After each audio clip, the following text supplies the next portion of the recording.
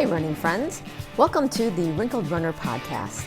I'm your host Sherry, and in today's episode I'll be talking about whether you should run by time or mileage as a beginning runner. If you've been listening to the podcast, a few episodes ago I recommended a 30-minute walk to run program put out by the RRCA, or the Road Runners Club of America. I'm a certified coach through them, and so I definitely use this when I'm talking to other people about getting started to run. I'll link you up to their website and that actual training down in the show notes. When you get to the end of that training, you'll be running 30 minutes, or for most people, 2.5 to 3 miles.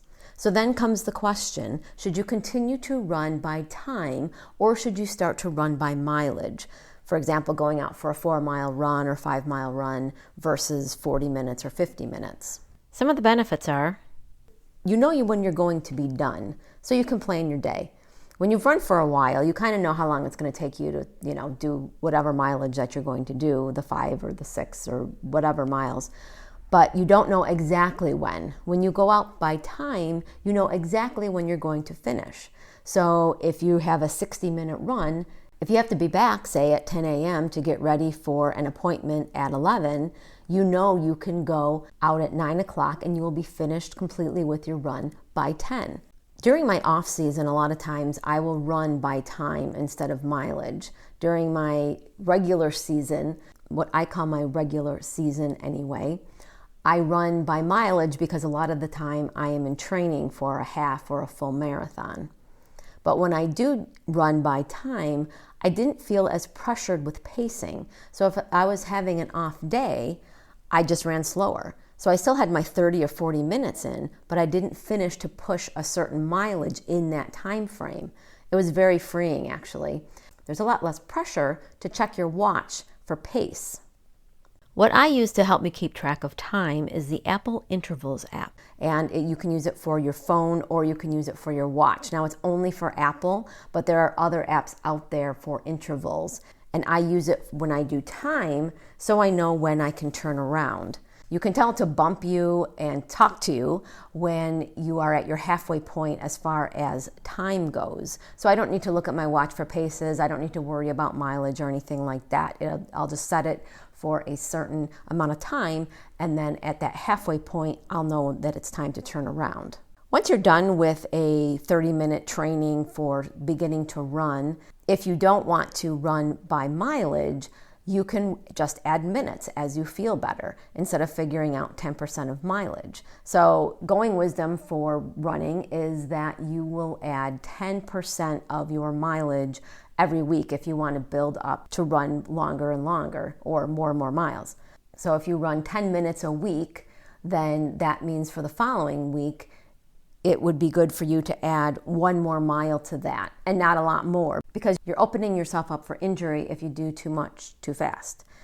When you add minutes, you can go out for, say, 35 minutes as opposed to the 30 minutes when you're feeling better, instead of figuring out the whole 10% thing.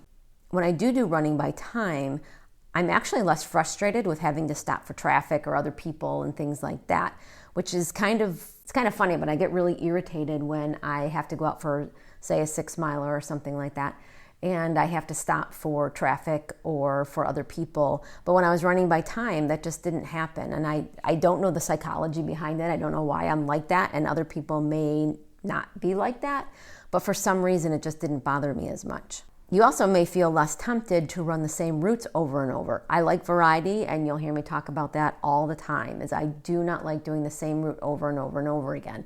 But it is tempting when you know an area and you have a certain mileage to run, that you run the same route because you know this certain thing is 4 miles and this certain route is 10 miles and this certain route is 3 miles. And so it's tempting to just do those over and over again, especially when you're pinched for time and you know you have to get back, but you have to get those miles in. When you run by time, you may be less tempted to run those routes because you can just run out for 15 minutes and run back for 15 minutes. If you don't know where the mileage is going to take you, then you can just pick a different way to go, and then you're just going to turn around when you know that it's halfway. All of that contributes to a motivating mindset, which actually helps you to get out there. It may be easier for you to know that you're running 30 minutes than 4 miles or whatever. If you aren't having a mileage goal to worry about, especially if it's a harder run, then you can concentrate on things like better form. You can remember to keep your shoulders back in a smaller stride and keep your head up instead of just grueling and going out there for a mileage goal if you're just trying to get these miles in. I know that when I go out for a long run for some kind of training, sometimes I just want to get through this mileage, and then my form starts to break down because all I can think of is, oh my gosh, I have all these more miles to go. Where if you're running by time, you may be able to get past that and think of things like your cadence and your stride in better form. One thing I'm really bad at is pacing. I cannot pace for the life of me. Unless I am looking at my watch, I cannot tell you what pace I'm going. Either I'm going slower than I want to or faster than I want to. I can't get a feel for what a pace is. And I've been trying to learn this for years and years. But if you're out for a timed run, then you can learn to run by feel. So if you're supposed to be going out for an easy run, you can run at an easy pace just because of what feels better. I feel like sometimes you're more in tune with your body if you're running by time rather than mileage. And again, that's a whole psychological thing because what's the difference? But if I'm just concentrating on time, then I feel like I can run by feel better instead of running harder and harder trying to get through the mileage. Now, some things to think about if you're going to run by time, that 40 minutes or 90 minutes or 60 minutes, that's not going to change. It's going to be the same, fast or slow.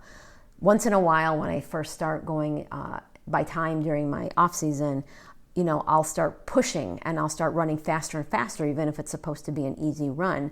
And my husband has to remind me, this run is only going to be as long as it's assigned for. So running harder for 20 minutes isn't going to make it go any faster. It's going to be the 40 minutes. So you do have to keep that in mind, that whatever you're trying to run, whether it's an easy run or a little harder or whatever, that isn't going to make you stop or be done any faster. The other issue you can have when training by time is I haven't found a ton of training out there that moves on from running beyond 30 minutes. So if you're somebody who wants to have a training program in front of them and you haven't hired a coach and you're looking around on the internet, it can be hard to find training that goes beyond that 30-minute mark.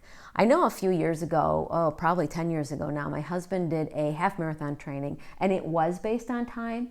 So I know they are out there. I have just not had really good luck in finding them. If you are a goal-oriented person, having a mileage goal may be more motivating to you instead of running by time. Although if you're a beginning runner, I still encourage you to do the training to run 30 minutes straight before you decide whether or not you want to switch over to running by mileage and running by time. But those of us who are more goal-oriented, sometimes it is more psychologically rewarding to end at a 6-mile mark and just see the 6.0 than the 30-minute mark and then check your watch or check whatever you're using to measure your mileage and see, I went 2.85 in the 30 minutes and I really would love to see it 3.0.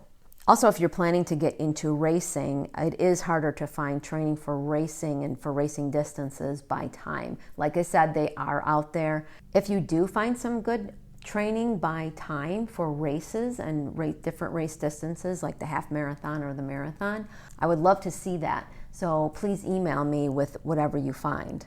So if you decide you want to run by time, in next week's podcast, I'm going to be talking about doing too much too soon and how we can injure ourselves if we try to do too much.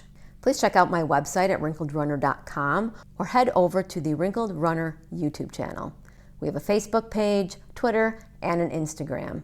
You can email me with any questions, and I'm going to be doing a Q&A podcast in a little while with all the questions that come in from listeners like you. Thanks for listening, and I'll see you on the run.